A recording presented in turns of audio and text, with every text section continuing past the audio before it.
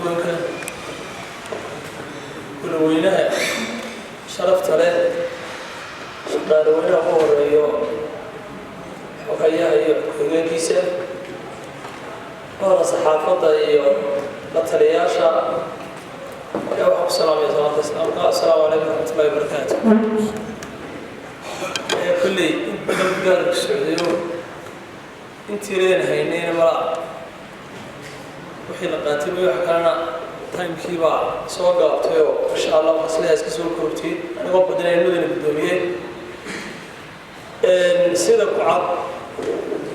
ama sida waafaqsan qodobka 13-aad faqradiisa 6-7 ee dastuurka qaranka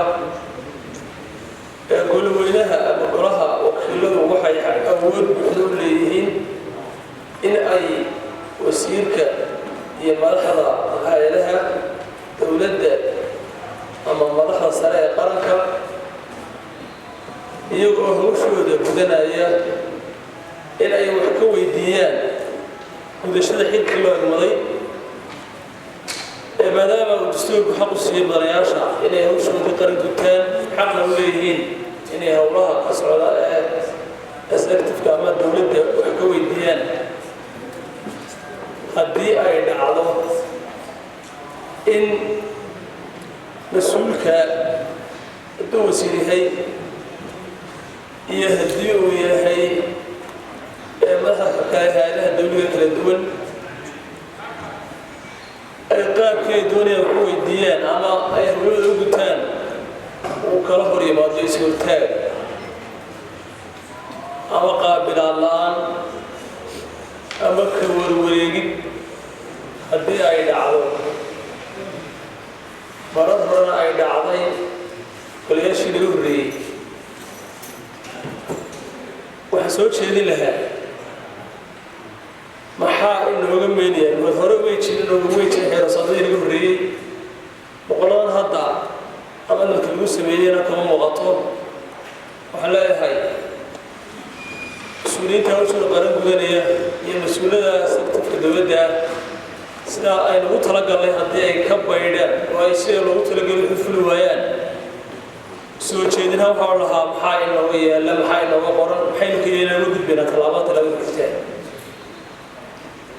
qodobka labaad raacinaya waxa weeye qodobka 6 qadiisa 6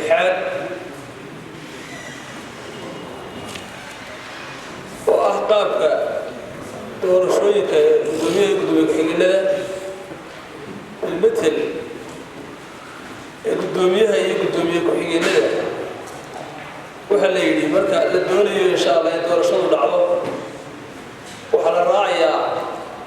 habka artikalka waxaan odhan lahaa lagu daro CV-ga sidaa oo loo kala horreysiiyey ee loo yidhi magacyadu waa se u kala horreeyaan ama waa seen magaca alifeedka u kala horreeyaan CV-yadana ha lagu daro